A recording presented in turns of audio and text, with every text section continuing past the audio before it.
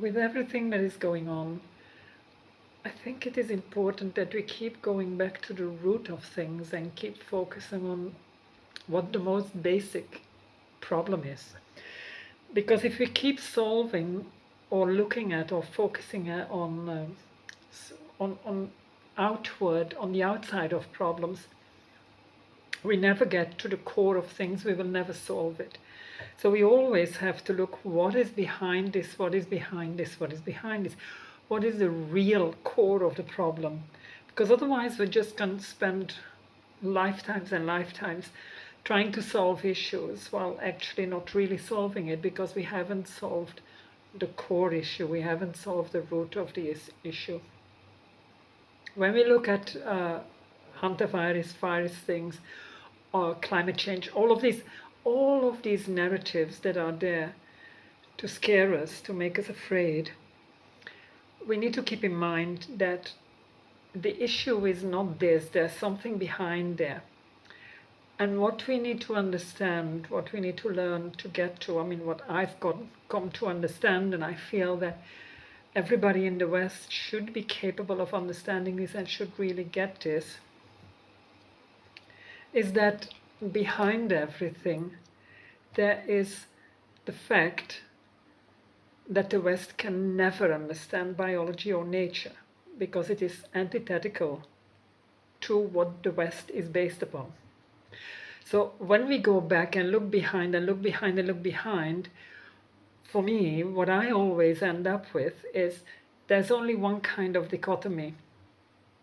It is it empathic or is it psychopathic? These are the two terms that I use. You can use other terms. It's like, is it for good or is it for evil?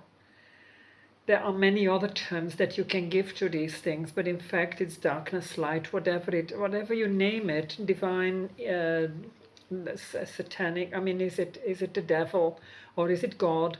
It doesn't matter what you call it, but it always ends up there, because that's really literally the issue of our lifetimes. Well, it's the issue of planet Earth and humanity, is that we've been taken over by demonic, anti-divine powers, and we need to get back to the light, to divinity, to the life divine, in fact, as Sri Aurobindo calls it.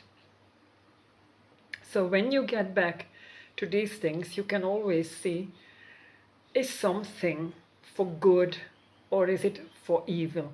And then how do you define evil? Everybody knows what evil is. It's not so difficult. So evil is negative. It's the things that are for the self only and detrimental for the whole, while in fact also being detrimental for the self. But it doesn't look like that on the surface, but we all know. Everything is always the same thing. It's in every tale, in every story, in everything boils down to that, good and evil.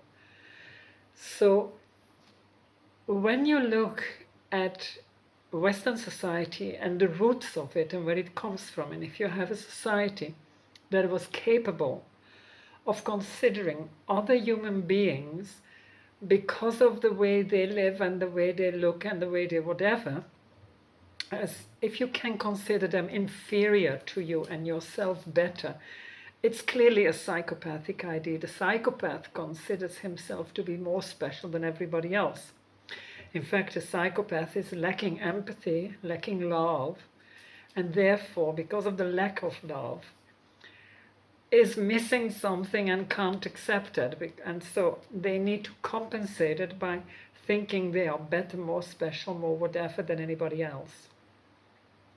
So, Western society, when we look at it, it should be obvious. Western society is based on psychopathic, selfish values in quotation marks, because you cannot, it's a negative value. All of it is negative. There's nothing positive about it. So, if Western society has to take separation, self, me, xenophobia. Everything I see around me is a threat, is antagonistic to me. If I have to live like that, and that's clearly what Western society is based on, everything outside is danger. Everything outside is out there to get me. Everything that someone else gets is something I should have gotten and can't get because the other has it.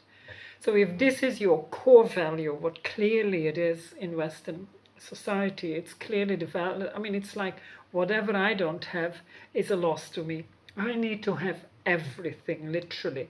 The world needs to belong to me. That's the outcome. I mean, it's honestly extremely psychopathic, but we all know it. We can see it. Consumerism. Everything is based. Our whole society, our whole life is based on that idea that whatever someone else gets is a loss to me. I should have gotten that. So if you look at nature and at the world with such a paradigm, with such a worldview, with such an idea, with such an idea fix, with such a premise, obviously you will never understand anything positive or beautiful or nice, because that is the main characteristic of psychopathy, is not being able to feel love or empathy. So not being able to understand love or empathy, looking at someone else, doing something for someone else, and simply not being able to grasp it. Not being able to see the value of sharing, of loving, of doing things for someone else.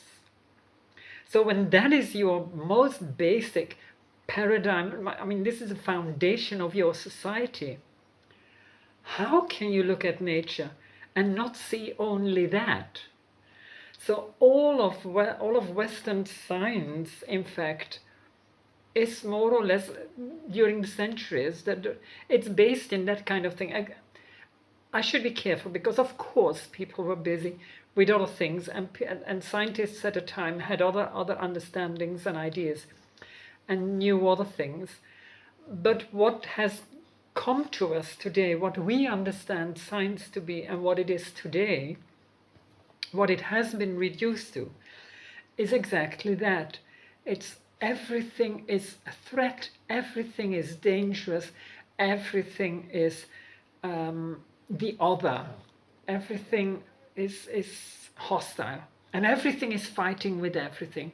It's the Hunger Games, it's Game of Thrones, it's that kind of the survival of the fittest, struggle for life. Everything is negative. There's no positive to be found anywhere. So all of these things, it's impossible for Western society to accept nature as it is, because nature as it is completely different. It's absolutely not this kind of thing. It's not psychopathic. Nature is empathy.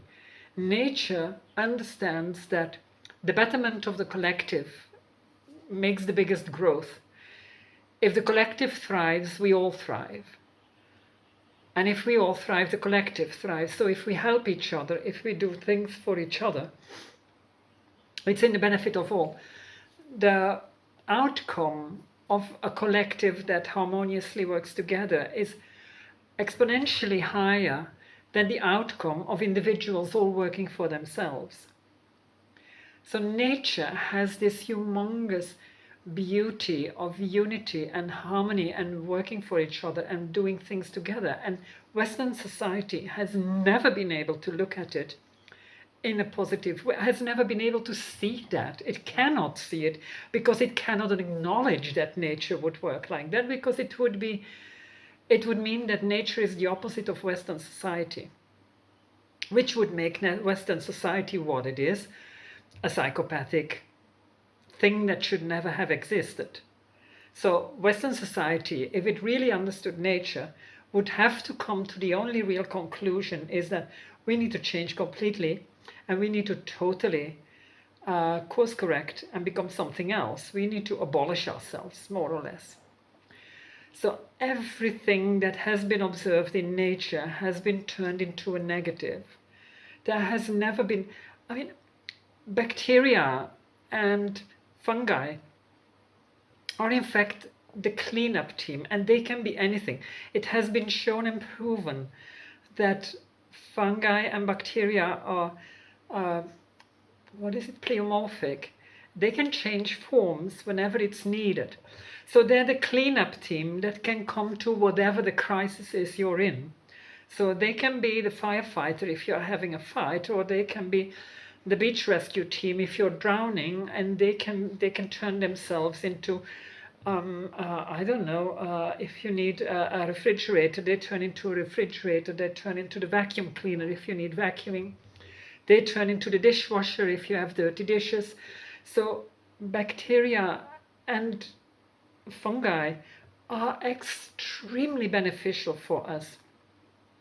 Pasteur had the basic tenet of believing that a healthy body is sterile, while in reality it's the literal exact total opposite. A sterile body is dead.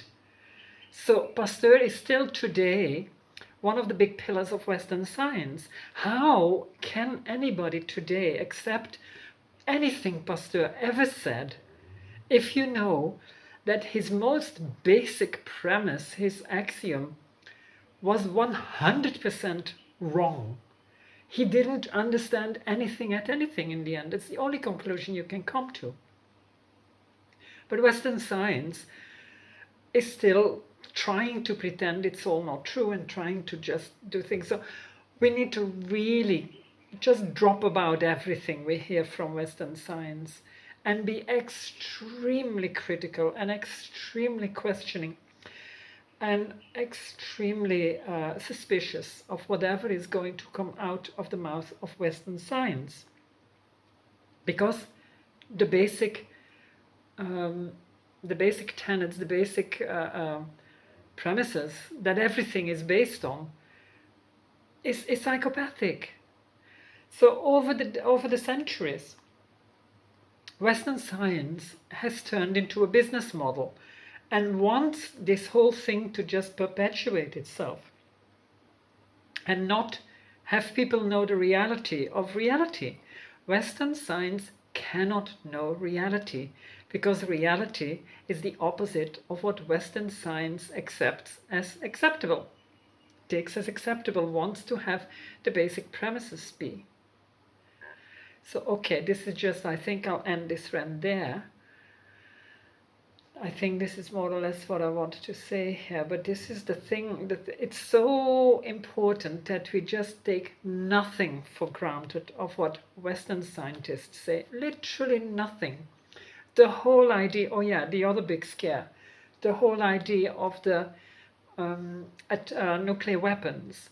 Nothing has been proven, it's all a narrative, we have no clue, and there are so few people who dare to go. It's the same with the viruses.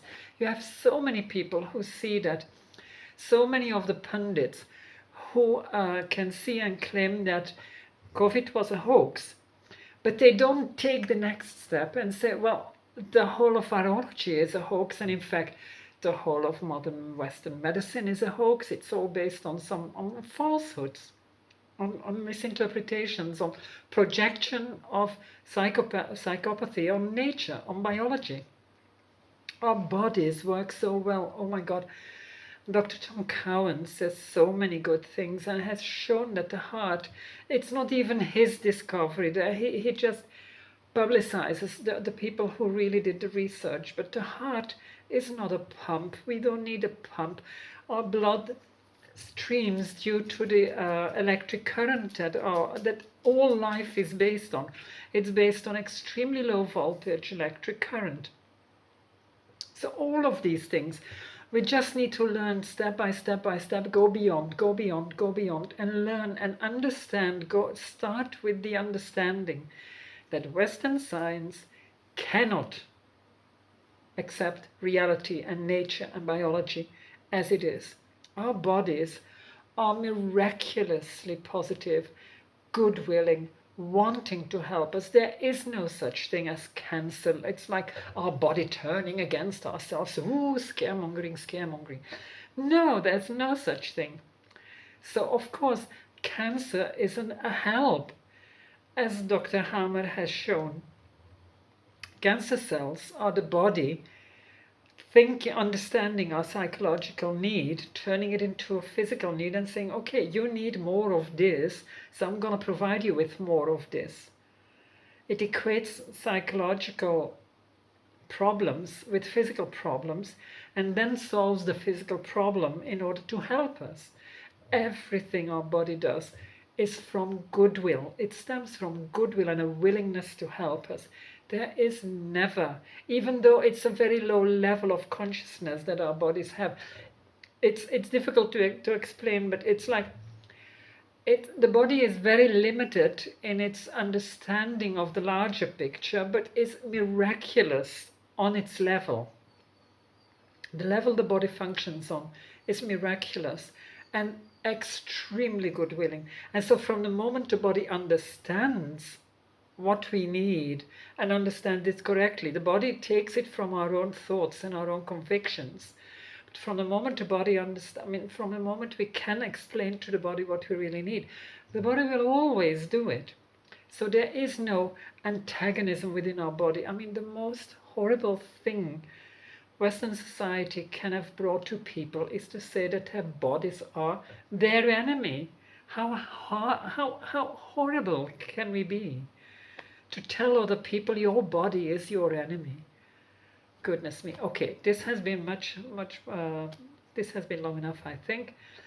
I'll make some other videos about these things. But for now, I hope this was clear. I hope that I made a point.